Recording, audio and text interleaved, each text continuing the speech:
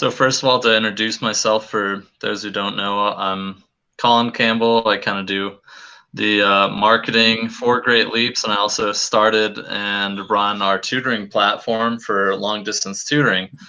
Um, so given that, I'll brag on my dad a little bit. Obviously, he's had a very long teaching career, lots of experience in special education, and 25 years of running and building Great Leaps. 25. So 25 years, yeah. 25. What? And as he's older now, we feel it very important to record his experiences and his wisdom, and just kind of have these conversations and use it as an opportunity to build our Great Leaps community up, and hopefully, make some new relationships between people that have seen kids' lives change through this program, and so that we can hopefully all learn from each other, learn from my dad's experience, and ultimately create a community that's gonna help a lot of kids. That's kind of the end goal with all of this. So as a reminder, again, this is being recorded. If you can keep the cameras and mics muted until the end, we're gonna open it up for you guys to have any direct questions, or if there's any topics you want to dive more into. But Dad, I guess the first question I'll pose to you is, if you were a teacher in today's world, back in your prime, right? If you were faced with this COVID crisis and kind of the uncertainty of the upcoming school year, what would your approach to it have been, or your mentality around this whole thing be? Well, first, as a teacher, and I pride myself, like my dad before me, is for being a classroom teacher first and foremost. I did what I was told often. I had so if I'm in this crisis right now, to tell you the honest truth, my head would be very much getting ready at the start of the school year, as I always was. It's a new year. I'm restarting. I'm thinking about what I'm doing. I'm looking at the world before me, what's going to happen. So COVID is here. Well, the first thing, I I'm a good team player. I'm going to be there for the kids. First, foremost, I'm going to be there for the kids. If I if I have to be home, I'm going to be home there for the kids. I'm going to do my very best to meet their needs. In my world, my two needs that I focused on, first is always behavior, and that's motivation. I want the kids I meet, be it online or be it in person, to think they died and went to heaven when they got me as a teacher. I really want to establish a fun working rapport and get them on my side working with me. That's my first objective. My inner objective has always been literacy, because in our world, you must read. So the two things I'm getting ready for in my head as this school year starts is, first of all, what are the needs of my kids? I'm a teacher, much like nurses who are putting themselves on the front line, and doctors. If I have to go on the front line, send me. I've been there before. I've been in dangerous places before. I'm a teacher. We're going to teach. We're going to beat this thing and teach to the best of our ability. It's tough. We've never So been in such times. yeah, and with that, what I guess is your approach, or some tactics you used kind of at the beginning of starting a new school year to like get those kids on your side? Like, how do you make things fun for them, and This is build the that rapport early on? this is the funnest thing I always used to do, and it's getting harder, guys. It's getting harder. I get the names of my kids ahead of time. I was special ed, so I did not get 478 of them. I'd get a good 20 or 30 names. So I looked up to find out, what does that name mean? And so as we start in the first class, as let me think of some of the names. You use my name. What Colin. if All Colin right. Campbell was in your classroom? All right. Colin Campbell, Colin the Great, founder of the mightiest clan in all of Scotland. Colin the Great. The guy was kind of undefeatable, man. He was unbelievable. whole clan's named after this guy. But then at the height of his career, a strange arrow shot, like, went right in between his armor, killed him. Colin the Great went down like Achilles tendon, Achilles heel. I mean, Colin the Great. Next, Wallace Baker. Wallace, man. Oh, listen to this, 2 Scots in a row. Wallace, Braveheart. So there we go. Shadrach Mosley, Shadrach, Meshach, and Abednego, man.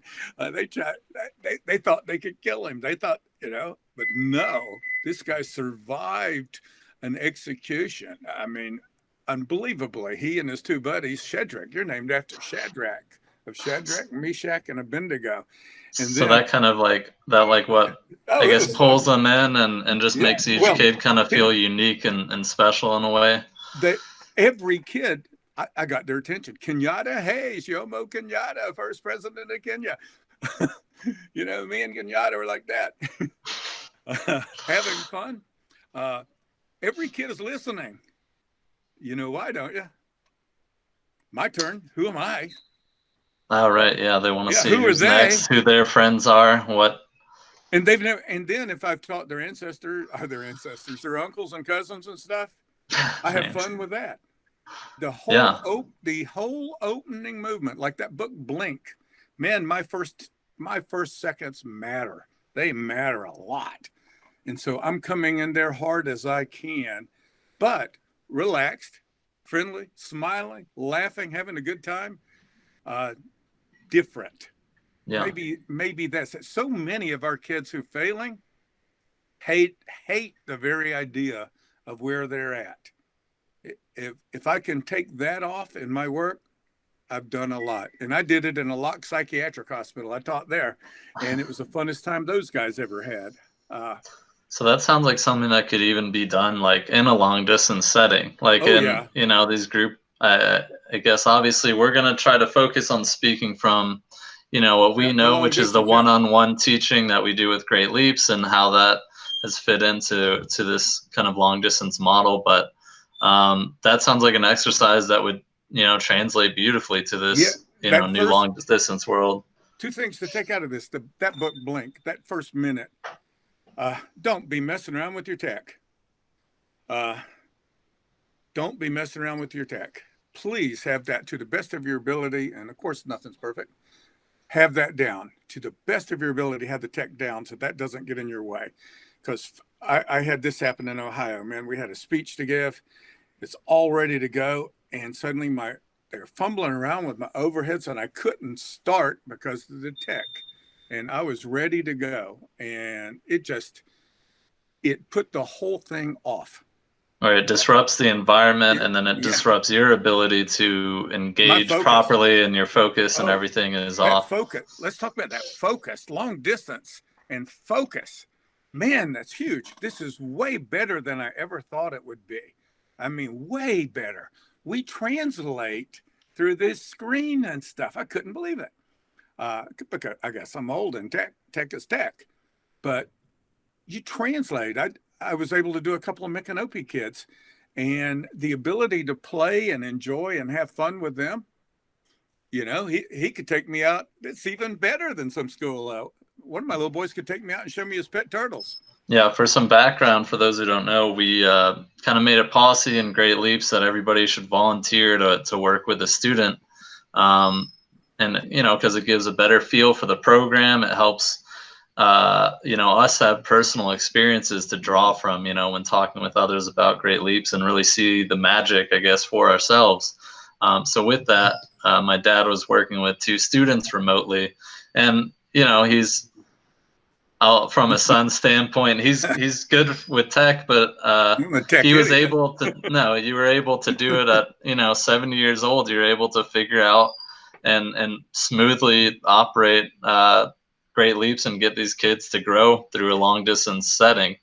So what were some of like the differences in Great Leaps, I guess, doing it? You've done it and created it and for years and years in person. What was it like doing it long distance? First, teachers, good teachers must be able to adapt to circumstance. I've done a Great Leaps training during a hurricane when the lights were out. So there was no electricity. And then I got a message that my daughter had run away. So I was able to do a Great Leaps training under duress. So whatever happens, you're a teacher. Be ready to go. So when my tech screwed up, we did it by telephone one day. And I've heard others who've be ready. Nothing should really floor you. Take it with a grain of salt and a laugh. So if we're having tech problems and we're trying to fix, I'm cracking jokes, and I'm playing with the kid, using that time to not look incompetent, to not look flustered. So the first thing I had that I never had in my classroom really was tech problems. And that's one of the earliest things I told people to do is have your tech together. And those of us at Great Leaps, please let us know when we can get better with the tech. And we're getting better. But it's early and it's new and it's exciting. It translates. I didn't know if I was going to be able to establish a working rapport with two boys I've never met, a third grader and a fourth grader who are reading at 50 words a minute. I didn't know how, me being 70 years old and 100 miles away, would I be able to teach these guys? And that's a power of teaching too. Every year I was afraid. My first day, I went into the classroom, not inadequate's not the word, but it kind of works with me right now, feeling like I'm not enough, feeling like I'm nervous. This got to work. I'm really adrenaline up for this game. And so that's a big piece of my teaching, is it's okay to be nervous because I care. And I care so much. I want this to work. And then I'm a teacher. I don't think if you're a non-teacher, this is going to work for you. But as a teacher, when I'm with the child, suddenly I started flourishing. And how nice that and comfortable that was. And we just got along. I mean, here I am writing all these protocols and all of this, and I hate stuff that's scripted. First, they don't know a word of Southern. They never write the word y'all. So scripted. I don't believe in scripted. And yes, we've got this procedure of phonics, phrases, stories, immediately correct, model. Yeah, you do all of that. But then consistency matters, persistency matters. But then you break that up with exciting things. Man, if a great funny idea hits your head, do it. Play with that child. Enjoy that child. I mentioned earlier in the talks today, and I think about this a lot.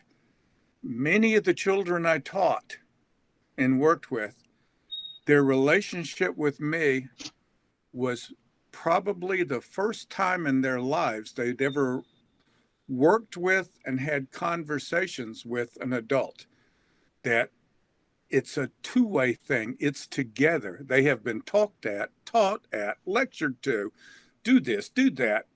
And now they're suddenly important. Some relief from it. Yeah. They're important. They're important enough to listen to. They're important enough for me to care about their pet turtle and then ask about the next day, and then turn my depth of knowledge questions into talking about their pandemic, how we protect ourselves from this pandemic and how turtles protect themselves. Yeah. So with mentioning, the being talked to, we have this new variable in teaching where they're in the homes with parents there. So that's a whole nother factor that you don't exactly have to deal with in your first day in the classroom. So how might that be, I guess, good thing in some ways, bad thing in other ways? Good things, bad things. What's the bad thing? The bad thing is if you got a fourth or fifth grader that can really do things themselves and the parent wants to do it all. And that's an interference because they can certainly type their own codes in and things like that. Another interference I've watched on some of these tapes is the parents getting exasperated at the behaviors of the child. And what they're doing is they're punishing. I don't want punishers in this thing. I'll do everything I can to get rid of punishers because they've been punished enough. They've been punished a damn enough. So I may have to have that parent move. And other times, parents have been unbelievably great. How good does it feel to see a parent actually crying because they heard their kid read?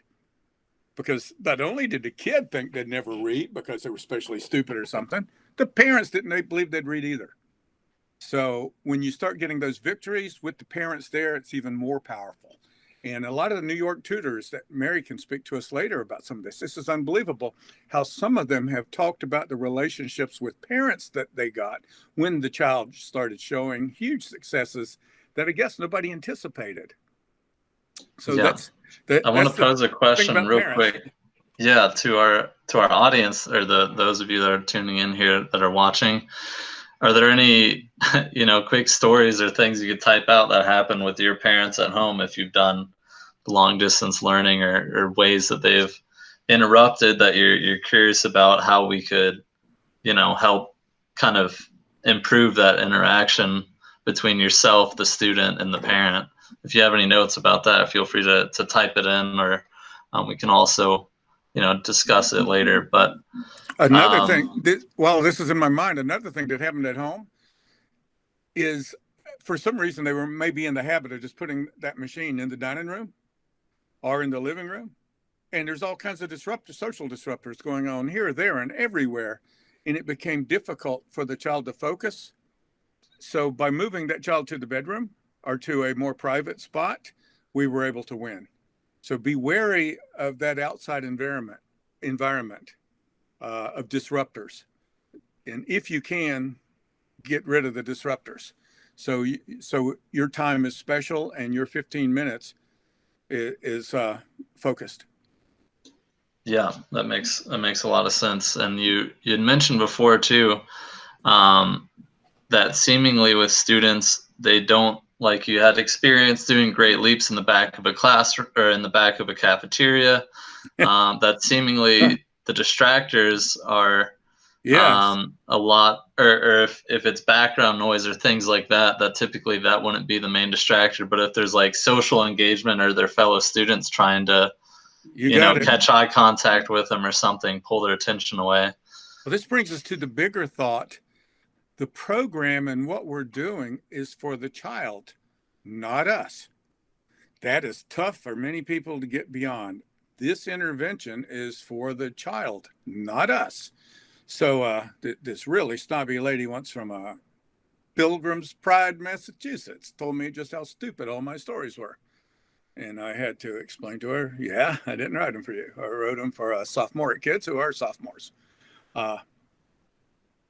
The idea of making our decisions based from within our own frame of reference gets us in trouble. We can be wrong. I'm an adult. I am easily distracted by noise. The first Great Leaps was held in the back of a cement room in the back of a middle school cafeteria, where the noise approximated that of a touchdown scored at a Gator game. It didn't interfere with data at all. What we found interfered with data was other kids. Social disruptors. Put a kid in front where he can see the window. He's watching the window. He's looking to see who's looking at me, or I don't want them to know I'm here. All of that stuff goes on. So you've got to set that environment so the social distractors don't hit. Over my years, it's the rare kid. You're told never say it, none. But it's been the rare kid that noise has generally interfered with them. Social distractors are the worst. The second other thing going on is that self-esteem issue. They don't want to feel stupid. They don't want to feel called out. They don't want to go to that special room that for idiots. That's their mind talking. So you've got to sabotage those thoughts. One of the things we did in peer teaching, if you're going to peer teach, if you're going to be peer teaching in the back of the room, teaching reading, and you're going to have 5 kids come up for reading help, make sure one of those 5 happens to be the smartest kid in the whole room. You've decontaminated it with that, because if you're working with Ashley, then you're not obviously only working with the dummies, so it's okay. My own resource room, I really tried to make that a special place where kids they even asked me, how do you get in here? And I had, it's by invitation only. What you'd like to do is I'll invite you, but you got to go talk to the guidance people about this. I had regular kids coming into my room to play Jeopardy on Fridays. And Jeopardy is another great way to go over and reinforce our skills. I'm teaching all the time, but it's fun.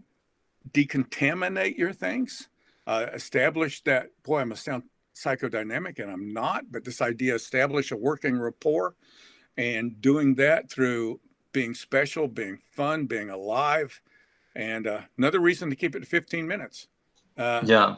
I want to transition a little bit for the last bit Yeah, time to flies. talk about how, right, yeah, it does, how the long distance component has kind of broken the traditional tutoring model. Now, this is, Oh, moving out of the public school system and that environment, but obviously we've seen uh, the success of tutoring long distance, the flexibility it provides for parents, and why Great Leaps seem to transition so well to that long distance one-on-one tutoring model. we knew very early that Ogden Lindsley, the founder of Precision Teaching, said 1 minute a day is more powerful than 1 hour a week. So I've known this for 40, 50 years. At schools, we can do it. The tutoring model has traditionally been 1 hour per week. Takes you 15 minutes to get there, 15 minutes back, an hour under tutoring, but it's once a week. Our brain scientists are telling us that's not how you get neurologic change. And we've known this forever. When you have a stroke and you're trying to heal from the stroke, the interventions are every day. You've got to reestablish those neural patterns. You've got to get those circuits back going. And I'm the poster boy for concussions here. What I Can what, confirm. what I lost with concussions and didn't work with every day, I lost. I can't put together a stupid jigsaw puzzle as if Can anybody confirm as well. if anybody on the face of the earth would want to do such torture. I also can't mechanically figure out which way to turn on the damn water faucet, much less fix anything. But on my last concussion, I learned something incredible about reading fluency. I got knocked so damn hard I was disfluent. I had to read one word at a time. And Colin, you were just a kindergartner, first grader then. And I read y'all stories every night. And one of the cool things about reading stories is I was always a page or paragraph ahead and thinking about what I'm going to say and talk about, right? Man, that got knocked right out of me. I got knocked into reading one word at a time. Right. So in the And context of the kids, it's the daily daily, intervention, and on top of the short time frame, the ability to work consistently within that 15-minute window. your 15 minutes is attention span. 10 to 15 minutes is your attention span. That's your prime learning. Another piece of data for people who like data, that's the amount of time researchers have said your average elementary kid really gets in direct kind of contact with a teacher during an entire school day. So 15 minutes is sufficient. That's been an argument. You do need, if you have neurologic problems, minor or major, the daily intervention is far more powerful than the weekly. The weekly intervention was set up for the convenience of adults, not the needs of the child. We'll go right back to that message. When we design for the child. When we design for the change we need, not for our convenience, not for the world, not for philosophy, not for your superintendent. We've got an objective. It's the kid. Our objective with Great Leaps right now is reading. We're going to get that kid fluent. We're going to get that kid winning.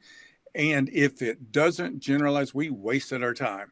So we're very, very much on what we do in that time we have generalizing. Right. I want to mention too, I just thought of, we talked before about the, distractors and long distance learning and stuff. And I'm not sure if it's policy or it probably can't be, but having a student wear headphones or something that helps them really, tune into what's in front of them. Like, myself right now, I tend to prefer wearing headphones doing our online meetings and stuff because I have this parrot that chirps away and all Yeah. these things that go around, and I get distracted by noise personally, and And you're going to love, you're going to focusing hate this. in, the headphones help me. You're going to hate this behavioral answer, but I'll go to the behaviorist. If he's very distractible, part of my job in behavior is to teach that child to work beyond the distractors without covering it up. I may have to cover it up at first. That's a crutch. a typical thing that makes my classrooms different than some. If two kids can't get along, your knee-jerk reaction in teaching is to separate them and put them on other ends of the room. The behavior person in me watches, oh man, now all this stuff is going all the way across my room. Sit them next to each other. I can deal with the problems as they happen. If the distractor seriously impedes the reading, of course, now you need crutches. And that the headphones I would call for, because reading is far more critical right now with the students we're working with long distance. This is not a behavior disorders classroom. So if that helps focus, go for it.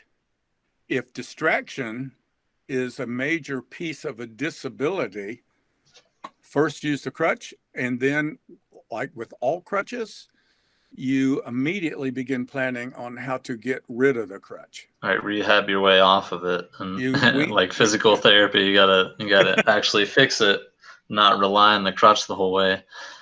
Yeah, that's a pretty good way to finish a lot of stuff, because we have a world which tends to think crutches do the job. And no, we want to teach reading. I don't want to have a kid listen to books on tape his entire life. I don't want books on tape are great.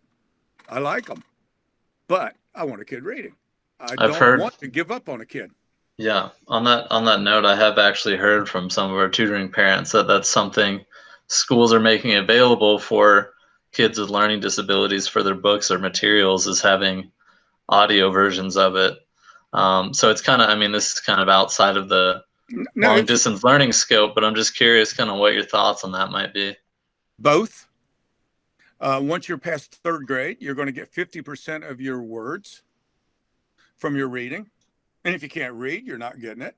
And this is cool. I love Ken Pugh on this. If people haven't read and listened and watched his career, it's worthwhile. When Ken Pugh, basically with his fMRIs, let us know that reading is language. Wow. Same exact piece of the brain. I don't care if it's Korean or Gaelic. It's the same piece of the brain. Wow, that's kind of neat. The differential between hearing and understanding and reading and understanding, when you have the reading skills, is about 0.04 of a second, if it wasn't 0.004. Once you get into that, my brain can't figure out, that's like nothing. So reading is language. So if you can't read and you need the language, books on tape are great. But here's our problem in the damn schools. They're not teaching them how to read. It'll be used as a crutch to avoid the reading issue. Oh, they give kids what they call shadows. Especially, I've heard this in New York. Shadows, somebody to be with the kid all day long. Man, socially, there is no kid in the whole world, unless he's so violent that he's a danger to everybody else, that needs a one-on-one shadow. There's no social development when you've got a shadow going on all the time. I can't imagine the embarrassment. But that's a crutch. Crutches are not solutions. Solutions are teach a kid how to read.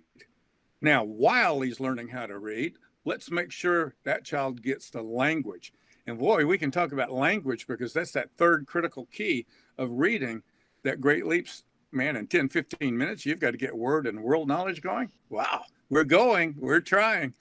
But the whole day, this whole issue of comprehension we can talk about.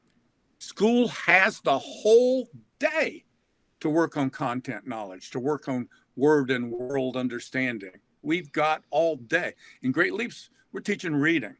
Now we'll work on language also, because we got 15 minutes and it's fun. That maybe our next conversation is talking about those philosophies behind developing comprehension and some of those things behind Great Leaps. But that, I mean, already puts us at half an hour. So anybody who wants to, you can click on now and unmute yourself and throw questions or comments or stop laughing. Yeah, if anybody has a question or a topic. I just wanted to talk about the focus that the kids have when I was working with them. I found that I worked with a student out in the hallway because that was the only place I could get the student outside of the classroom. So I Oh, was working with them outside the classroom, and whole classes would be walking up yeah. and down the hall, yet the student remained so focused on his work and his reading with me that he wasn't even affected by all the noise. Mary, So that I speaks found that highly it of was, you. yeah, well, I thought it spoke about the the program itself, and once the child feels that they are learning and they are becoming more confident, they become so much more motivated that I was shocked. I was really shocked because I was stressing to find another Yeah. location. I And watched that going on at Public School 96 in Spanish Harlem. yes, I watched the hall going on, and I'm behavior disorders, and my children were so sensitive to anything. I was shocked to see it. It was a perfect part of the norm of PS 96 for kids to be out in the hall with a tutor doing their great leaps, and they did not appear distracted. So you're right, but I think that has a lot to do with that teacher. I think that if you establish a routine, and in a lot of schools that I work with, if that's the only place where they could work with the child as opposed to in the classroom where the child would become much more distracted, Yes, then you need to be outside if that's the only option that they have. So we made I, it work. I've been a lifelong opponent of a lot of peer teaching, because those of us in special ed, suddenly we're turned into the paraprofessionals, and we become the classroom aides. And I'm much too trained for that kind of stuff. And I like sailing my own boat, but the idea of tutoring going on in the back of my room bothered me. And what I found empty places. We had an empty classroom, or places where, when I was, man, this really brings back memories. This is before there was a Great Leaps. As I was writing Great Leaps and seeing if it worked, we'd had to use empty classrooms and things like that to get things going as we established it and tried to figure things out. Because the back of the classroom, first of all, I can't help but listen to the teacher if that's the authority. How can I be a student listening to my teacher and doing my Great Leaps lesson? Right. Besides everybody, knowing I'm getting tutored. So back of that peer teaching in the back of the classroom, maybe some people are good at it, and I know there's great teachers at that, but it doesn't fit my style. Yeah. Does anybody else have a input on that, or another question or topic to bring up?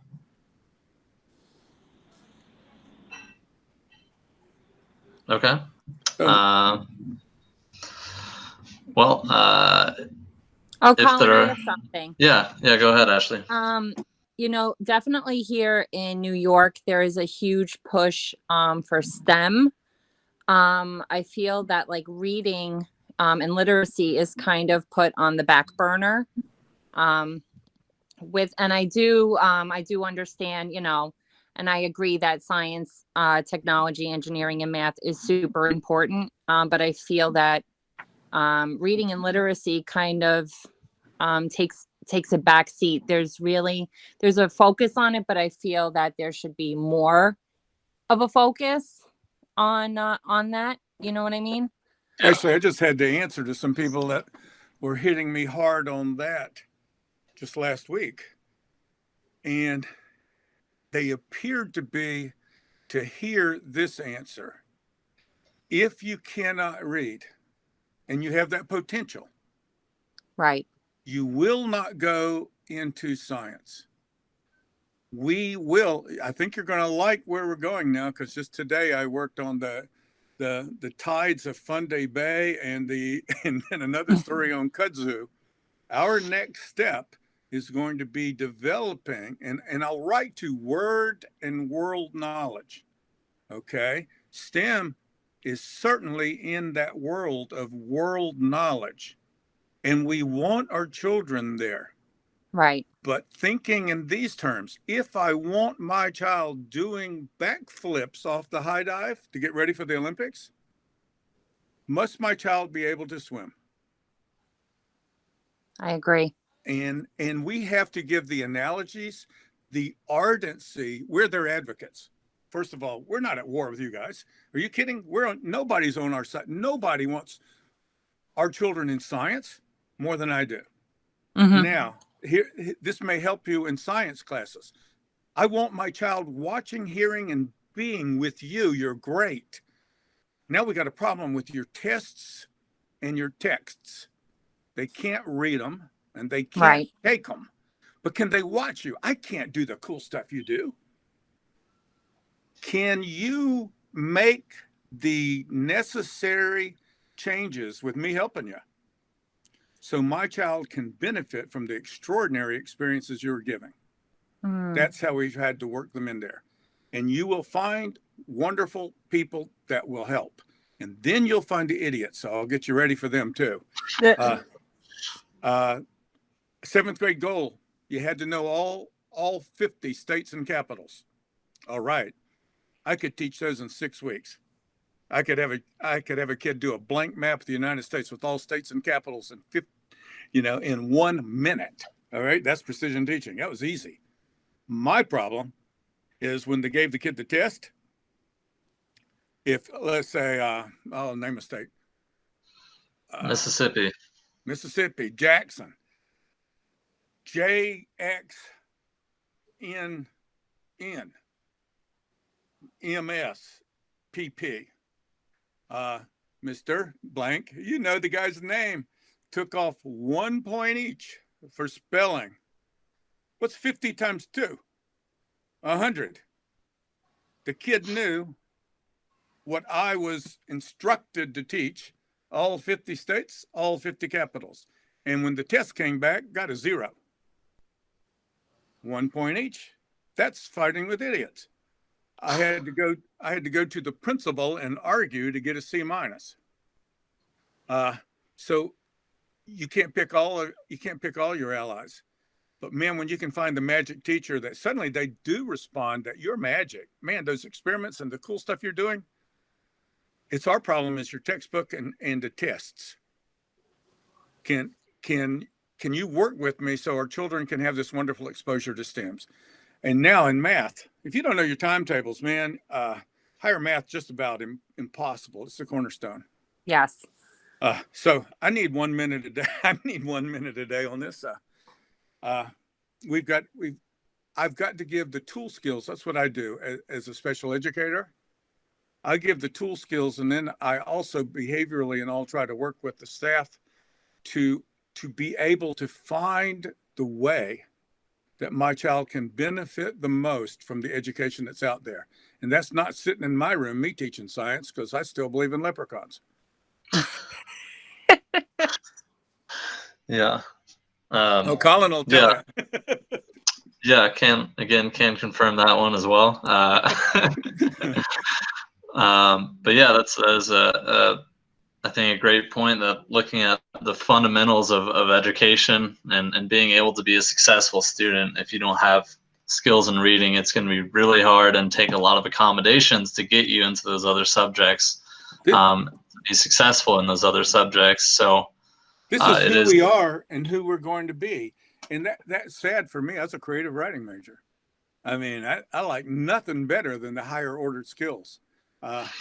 I can teach states and capitals like you won't believe. I can teach you the bones of the body, all kinds of stuff. But the best use of my work and precision teaching and academics right now is the critical need of our children getting tool skills, and those tool skills being used and measured as toward the need. Our children do not need 100,000 pages of phonics rules and the ability to spell intransigence immediately. They need to be able to read. That's your objective. We've lost the objective. We're getting mired down in mud, and we're not measuring. We're not measuring the true measure of what we're supposed to be doing, teaching reading. If anybody's got any plans, any skills, any programs, anything for me to read to get better at what we're doing than what we're already doing, let's do it. But I can tell you, I'm not a detail person. I like the big picture. I don't need 100,000 rules to teach the word of, and I do know you can't sound that damn thing out. Right. So on that, Don't I'll put it in an orthographic map. yeah, I'll kind of close it out there, and I hope you know, there were some valuable bits and takeaways from this. Like I said, we're gonna try to do this twice a week or so. This is our first time doing it. Every 2 weeks. Right. Every 2 weeks. Good, important correction. And I appreciate you all for joining us. And if there's any topics or things that you'd like us to talk about next, or any other people you'd like to invite to be a part of these conversations, or ways we could do it better and make it more involved and engaged throughout, you know, we're open and want to make this a good platform and conversation amongst, you know, us and fellow educators that are, you know, doing our best and learning from each other. So, well, none of us here have time to waste, but please, each person here, I know that's known from the names I've seen. If you encounter my fellow compadres in education and they have questions to call in, have them call me. You know, I can't answer everything, but man, I know answers come a lot easier when you're not on the front lines, a whole lot easier than, and I want to be here for our young professionals and those working hands-on with the kids, because years can put you, I've had that problem before, and here's what we did, or I've made every mistake you can possibly make. And so I sometimes, through experience, can talk things out behaviorally and figure them out with people. So many of our teachers are out there alone and feel alone in this world of what they're trying to do and how they're doing it. All of us can be strong advocates, you know, for our fellow teachers out there, especially our young guys. They need us. They need our experience. They've never seen anything like what we're going through now. right. So, yeah. So anybody else that you can engage or bring into this would be great. And yeah, with that, we again appreciate everybody showing up and everything you guys have done to be, you know, partners with Great Leaps in our missions for literacy and fighting for the students. And yeah, email us, let us know how we can make this better and what you would like us to talk about next time. So Friday after next, I think with moving it up 15 minutes, because our half hour just flew. So if we moved it up 15 minutes to 4 o'clock, and we'll kind of run it 4 to 4:45 with then questions and playtime and happy hour afterwards. Yeah, Dad's always up for the happy hour. COVID sucks. Yeah. Yeah, if there's a time that could be better too, let us know. But you know, I kind of I'd rather leave you guys wanting more than being, you know, tired out or whatever from the conversation. So if we should do it longer, shorter, whatever feedback you have is much appreciated. And get a new main speaker. yeah, replace the author. Yeah. Yeah, so I'll close it off here and close out the meeting. This is going to be uploaded, so we'll share it on YouTube if you wanted to share this conversation with anybody you feel could benefit from it. And yeah, thanks again, guys, and I'll talk to you guys soon, I guess. No gaffes. It was funner than I thought it'd be. Yeah. All right. Till next time.